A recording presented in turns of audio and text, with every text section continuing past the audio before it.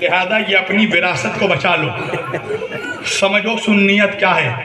سنیت یتیموں کا مال زکوٰۃ سمجھ کے کھا جانے کا نام نہیں ہے. سنیت غریبوں کا مال فطرہ سمجھ کے ڈگر جانے کا نام نہیں ہے. سنیت علی کی غلامی کا نام ہے. کیا بات ہے. سنیت حسین کی نوکری کا نام ہے. کیا بات ہے. میری ماں بہنوں، یہ امانت اہل بیت کی محبت کی اپنے سینے میں بچا کر رکھو، اپنی اولادوں تک ٹرانسفر کرو. اس لیے کہ اگر تمہارا بچہ، مسلمان گھر کا بچہ اگر اس دور کا یزید نکل گیا تو اللہ کے رسول تم سے پوچھیں گے کہ تیرا گود تیرے بچے کا پہلا مدرسہ تھا، تو نے اپنے بچوں کو کیسی تعلیم دی کہ وہ میرے اہل بیت کے خلاف کھڑا ہو گیا.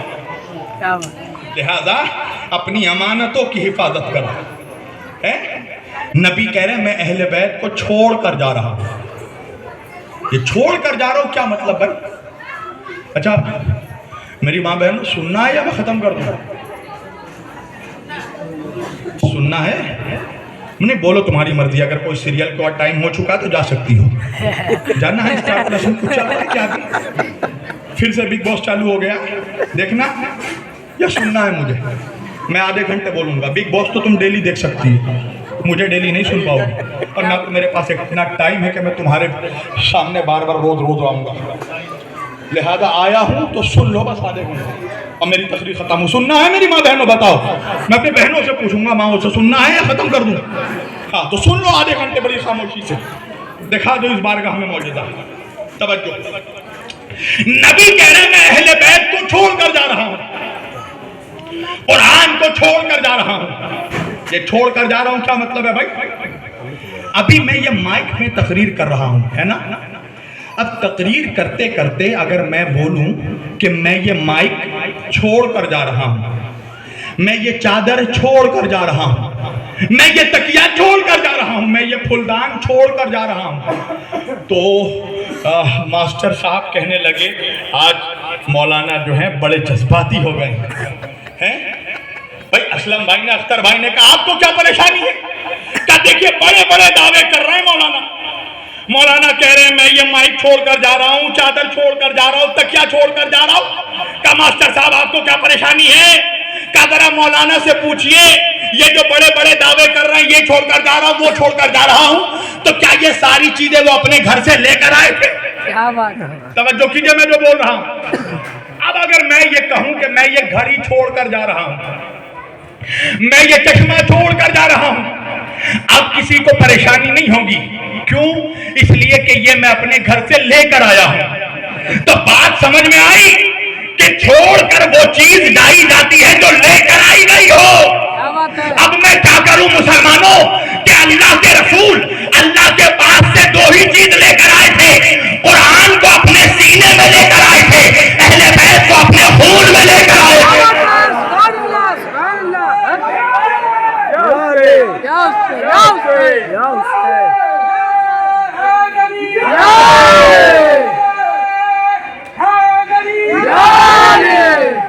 قرآن نبی اپنے سینے میں لے کر آئے اور اہل بیت کو آقا اپنے لہو میں لے کر آئے. تو جو لے کر آئے وہی چھوڑ کر گئے ہیں. نبی نے کہا ان دونوں کا دامن تھام کر رکھو گے، یہ دونوں آپس میں کبھی جدا نہیں ہوں گے. تم چاہو گے بھی تو ان دونوں کو جدا نہیں کر سکو گے. ان دونوں کا دامن تھام کر رکھو گے. کیا ضرورت تھی کہ قرآن کے ساتھ نبی نے اہل بیت کو چھوڑا؟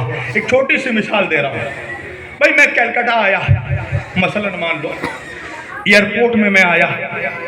اب وہاں ایئرپورٹ میں مجھے اختر بھائی مل گئے، اسلم بھائی مل گئے. میں نے کہا اختر بھائی یہ اقبال پور میں اس جگہ کا نام کیا ہے؟ مجھے بیرک پور میں جلسہ ہو رہا ہے، بابا غلام فرید شاہ رحمت اللہ کے آستانے میں، مجھے وہاں جلسے میں جانا ہے. تو اختر بھائی نے کہا ٹھیک ہے مولانا چلے جائیے، میں آپ کو راستہ بتا رہا ہوں، ڈائریکشن بتا رہا ہوں، آپ چلے جائیے. میں نے کہا بتاؤ بھائی کیسے جاؤں؟ اختر بھائی نے کہا مولانا یہاں سے سیدھے جائیے گا, سیدھے جا کے دائیں مڑیے گا, دائیں مڑ کے بائیں مڑیے گا, بائیں مڑ کے دائیں مڑیے گا, ایک ہائی وے آئے گا, ہائی وے میں چڑھیے گا, فلائی اوور آئے گا, فلائی اوور میں چڑھیے گا, اتریے گا, رائٹ جائیے گا, لیفٹ جائیے گا, آگے جائیے گا, پیچھے جائیے گا, گھوم کر جائیے گا, دائیں جائیے گا, بائیں جائیے گا, پھر ایک موڑ آئے گا, وہاں سے دائیں گھوم جائیے گا. توجہ. اب جیسا جیسا انہوں نے مجھے بتایا میں ویسے ویسے آتا گیا, سیدھے گیا, دائیں گیا, بائیں گیا, لیفٹ گیا, رائٹ گیا, برج میں چڑھا, برج سے اترا, فلائی اوور میں چڑھا, فلائی اوور سے اترا, گھوما, آگے گیا, بائیں گیا, دائیں گیا, بائیں گیا, بائیں گیا, سیدھا گیا, الٹے گیا. اب جب مین موڑ پر آیا تو راستہ بھول گیا, بجائے بیرک پور کے کوئی اور پور چلا گیا. بھائی بھول ہو سکتی ہے نا مجھ سے, مولوی ہوں, جبریل تو نہیں. کیا بات ہے. بھول گیا, نہیں آ سکا میں یہاں پر. توجہ. اب مجھے دوسری مرتبہ سیکنڈ ٹائم مجھے پھر اسی آستانے میں آنا تھا, بیرک پور کے اسی جلسے میں. اب جب میں ایئرپورٹ پہ آیا تو مجھے وہاں ماسٹر صاحب مل گئے, اور آج مجھے پتا چلا کہ ماشاءاللہ یہ بوٹنی کے ماسٹر ہیں, اور پتا بھی تب چلا جب پھول کا کانٹا میرے پیر میں گڑا ہے, تاکہ مجھے پتا چل جائے کہ بھائی بوٹنی کے ماسٹر کے پاس آیا ہے. سمجھو.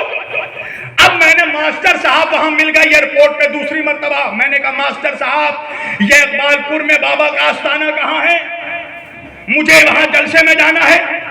ماسٹر صاحب نے کہا چلیے مولانا میں بھی تو وہیں جا رہا ہوں. سننا جوانوں, میری طرف دیکھو. اب انہوں نے میرا ہاتھ پکڑا, گاڑی میں بیٹھے اور مجھے بیرک پور کے اس آستانے میں لا کے پہنچا دیا. اب انصاف سے بتانا میرے بھائیوں کہ کیا پہلے والے نے کچھ غلط راستہ بتایا تھا؟ کیا اختر بھائی نے کچھ غلط راستہ بتایا؟ کیا نہیں مولانا, اختر بھائی نے بھی صحیح راستہ بتایا, ماسٹر صاحب نے بھی صحیح راستہ بتایا. میں نے کہا جب دونوں نے صحیح راستہ بتایا تو پہلے والے میں راستہ بھٹک کیوں گیا, اور دوسرے والے میں منزل تک کیسے پہنچ گیا؟ کیا مولانا وجہ یہ ہے کہ دونوں کے راستہ بتانے میں فرق تھا؟ میں نے کہا کیا فرق تھا؟ کیا مولانا پہلے والے نے راستہ بتایا تھا, دوسرے والے نے راستہ دکھایا ہے؟ نہیں پہنچا میرا مجمع.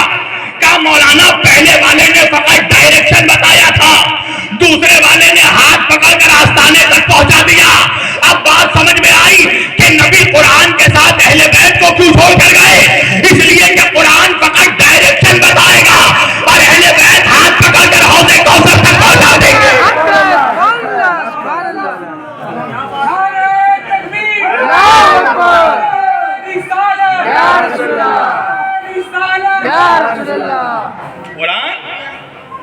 قرآن تمہیں صرف ڈائریکشن بتائے گا. قرآن کہے گا اقیموا الصلاۃ, نماز پڑھو, قائم کرو, مگر نماز پڑھ کر نہیں بتائے گا کیسے پڑھو. قرآن کہے گا نماز پڑھو, مگر یہ نہیں کہے گا کتنی پڑھو, ظہر میں 4 پڑھو, مغرب میں 3 پڑھو, فجر میں 2 پڑھو. یہ قرآن نہیں بتائے گا, یہ اہل بیت بتائیں گے. کیا بات ہے. اس لیے کہ رحل پر جو قرآن رکھا ہے وہ خاموش قرآن ہے, اور دیوا میں جس بارش کا نور چمک رہا ہے وہ بولتا ہوا قرآن ہے.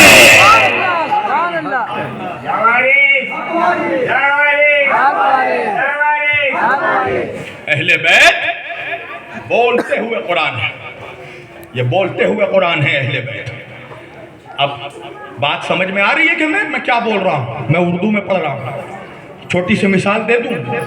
بھائی قرآن سامنے رحل میں رکھا ہوا ہے, ٹھیک ہے, اور کوئی شرابی, پاپی, گنہگار بیٹھ کر شراب پیے. اب مجھے بتاؤ کہ قرآن سے آواز آئے گی کہ شراب پینا حرام ہے؟ نہیں نا, اس لیے کہ قرآن کتاب ہے, اور کتاب کی زبان نہیں ہے. کتاب آواز نہیں دے گی کہ یہ حرام ہے. جب تک تم قرآن کھول کر نہیں پڑھو گے تمہیں پتہ نہیں چلے گا کیا حلال ہے کیا حرام ہے نا. قرآن رکھا ہے رحل پر, کوئی جواری جوا کھیل رہا ہے تو قرآن سے آواز آئے گی جوا کھیلنا حرام ہے؟ نہیں نا, اس لیے کہ کتاب بولتی نہیں. توجہ, قرآن سے آواز نہیں آئے گی. اب بات ایک بار سمجھو, یزید کیا چاہتا تھا کربلا میں؟ یزید چاہتا تھا کہ قرآن رہے مگر اہل بیت ختم ہو جائیں. اس لیے کہ قرآن رکھا رہے گا، ہم شراب بھی پیئیں گے، جوا بھی کھیلیں گے، کتوں کے ساتھ کھیلیں گے، بندروں کے ساتھ کھیلیں گے، قرآن نہ بولے گا، نہ روکے گا، نہ ٹوکے گا۔ پر اگر حسین زندہ رہ گیا تو حسین بولیں گے بھی، روکیں گے بھی، ٹوکیں گے۔ کیا بات ہے، حق ہے، سبحان اللہ، اس لیے کہ حسین بولتے ہوئے قرآن ہے۔ کیا بات ہے، تو یزید کیا چاہتا تھا پتہ؟ یزید کی سوچ کتنی گھٹیا تھی۔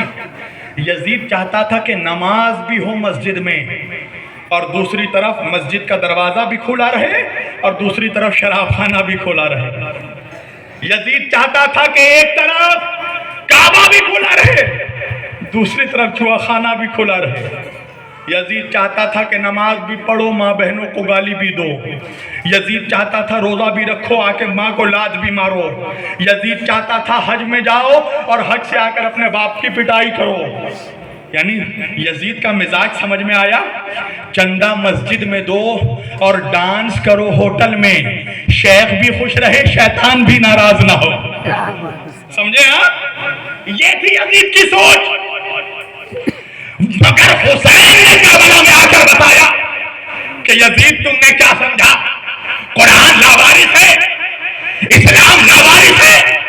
یزید کو حسین نے کہا سن یزید، دین زندہ، اصول زندہ ہے، کربلا کے یہ پھول زندہ ہے، ارے دین احمد سے سر کٹانے کو اب بھی آنے رسول زندہ ہے۔ سبحان اللہ، لبیک یا حسین، لبیک یا حسین، یا حسین، یا حسین، دین احمد پہ سر کٹانے کو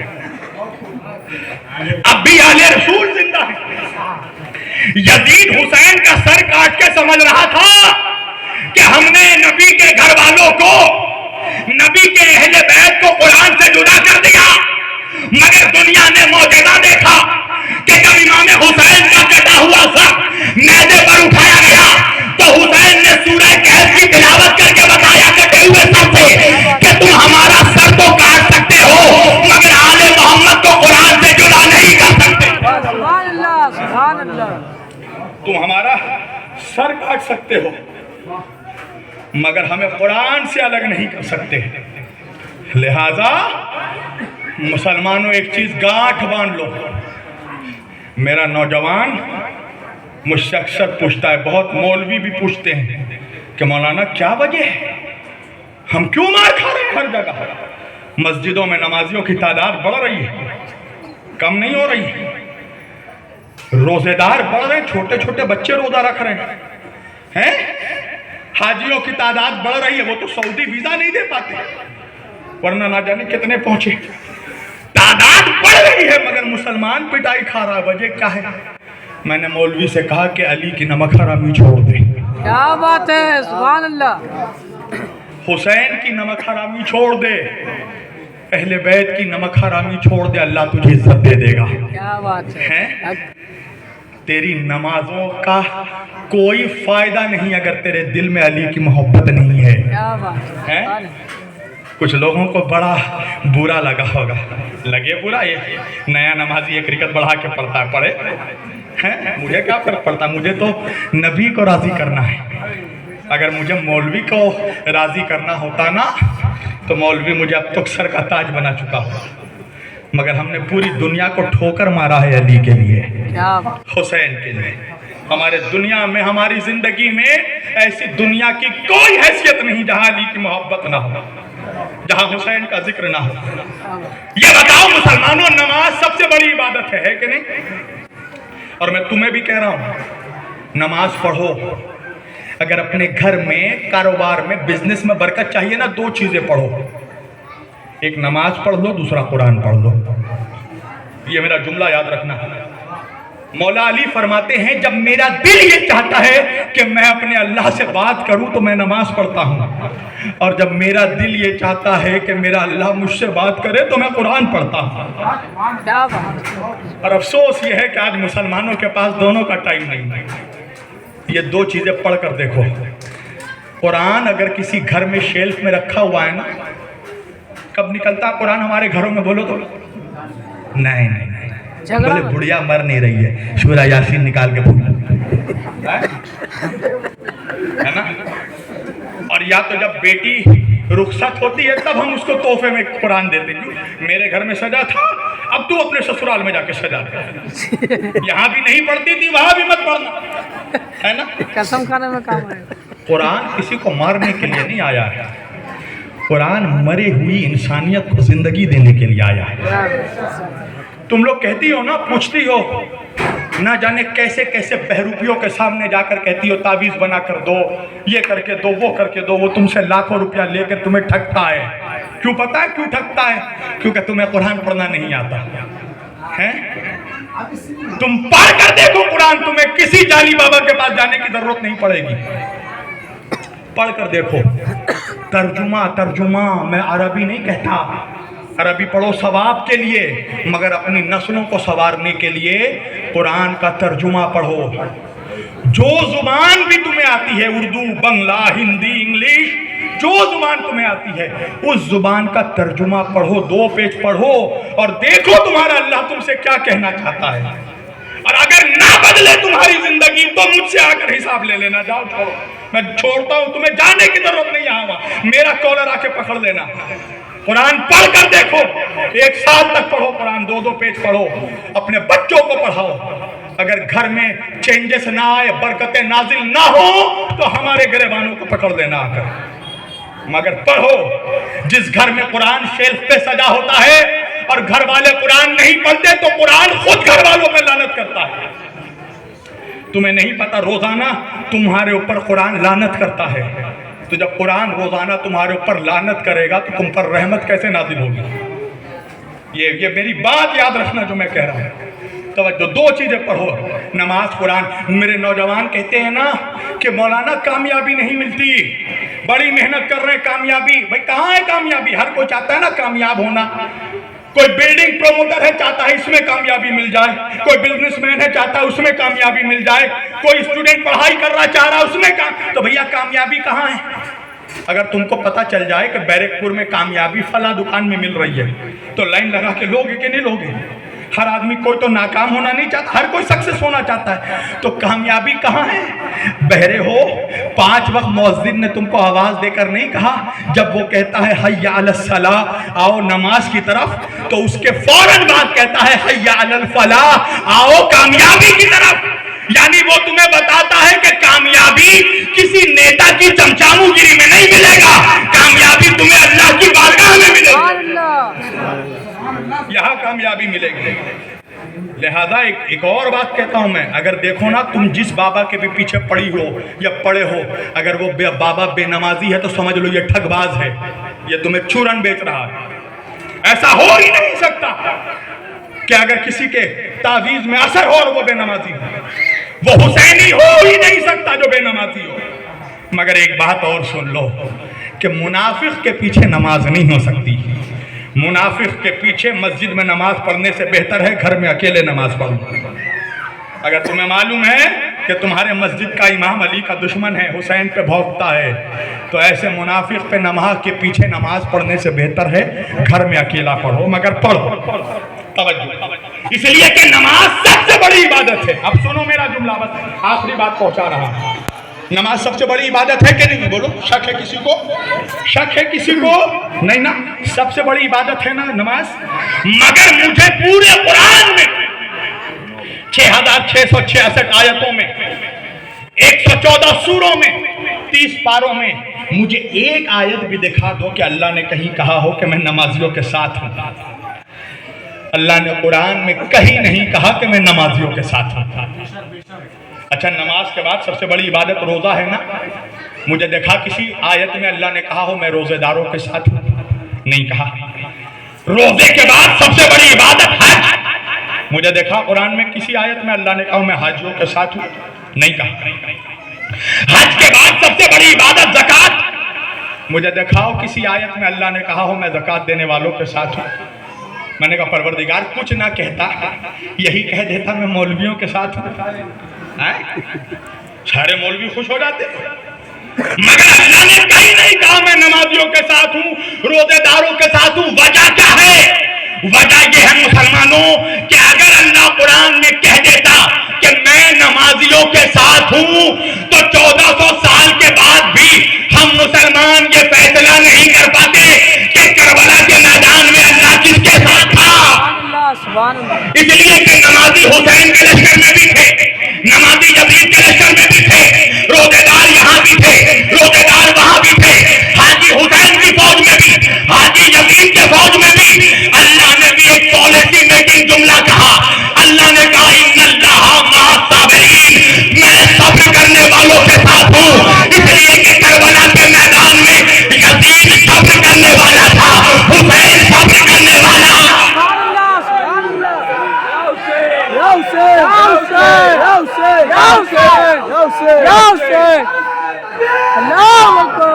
علی کا ذکر جو ہے اگر مگر مت کر, ہواؤں کے دوست میں دریاؤں کا سفر مت کر, تو ابھی بھی وقت ہے خود کو سنبھالنے ہے ممکن, علی کو مان لے زیادہ بکر بکر. کیا بات ہے, یا اللہ نے قرآن میں کہیں نہیں کہا کہ میں نمازیوں کے, روزے داروں کے, حاجیوں کے ساتھ ہوں. اللہ کہتا ہے میں صبر کرنے والوں کے ساتھ ہوں. اس لیے کہ کربلا کے میدان میں یزیدی جبر کرنے والے تھے, حسینی صبر کرنے والے تھے.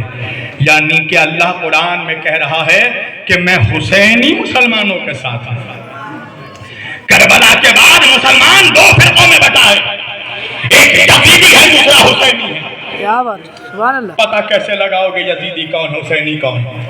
آج جو اللہ اکبر کہہ کے معصوم لوگوں کا سر کاٹتا ہوا نظر آئے, سمجھ لینا اس کا شجرہ یزید کے خاندان سے ملتا ہے. اور جو حسین کے نام پر پیاسوں کو شربت پلاتا ہوا نظر آئے, سمجھ لینا اس کا خاندان حسین کے خاندان کیا سے. بات ہے, سبحان اللہ. دو ہی فرقے چلے, یزیدی اور حسینی. یعنی اللہ کہہ رہا ہے کہ میں ان نمازیوں کے ساتھ ہوں جن کے دلوں میں حسین کی محبت ہے, میں ان روزے داروں کے ساتھ ہوں جن کے دلوں میں حسین کی محبت ہے, میں ان مسلمانوں کے ساتھ ہوں جن کے دلوں میں حسین کی محبت ہے. لہذا مسلمانوں, اگر تمہیں واپس عزت پانا ہے, یہ پوری دنیا میں جو پٹائی ہو رہی ہے, اگر اس سے بچنا ہے تو حسین کی بارگاہ میں آ جاؤ. نبی نے فرمایا تھا ان الحسین مصباح الہدی وسفینۃ النجاۃ, میرا حسین ہدایت کا چراغ ہے, میرا حسین نجات کی کشتی ہے. حسین کے بغیر تمہیں نجات کہیں نہیں ملنے والی. نبی نے فرمایا تھا مثل اہل بیتی کمثل سفینۃ نوح من رکبها نجا ومن تخلف غرقها وهوى. حضور فرماتے ہیں میرے اہل بیت کی مثال نوح علیہ السلام کے کشتی کی طرح ہے, جو اس میں سوار ہو گیا وہ نجات پا گیا, اور جو دور رہا وہ غرق ہو گیا, وہ ہلاک ہو گیا. لہذا ہم اہل بیت کی بارگاہ میں, ولیوں کی بارگاہ میں, غریب نواز کی بارگاہ میں, وارث پاک کی بارگاہ میں اسی لیے آتے ہیں کہ وارث علی نے ہمیں مولا علی تک پہنچایا, مولا علی نے ہمیں پیارے نبی تک پہنچایا, پیارے نبی نے ہمیں ذات جلی تک پہنچایا. علی نبی سے ملے اور نبی خدا سے ملے, وہ بد نصیب ہے جس کو یہ سلسلہ نہ ملے. وآخر دعوانا ان الحمدللہ رب العالمین وما علینا الا البلاغ المبین. الصلاۃ والسلام.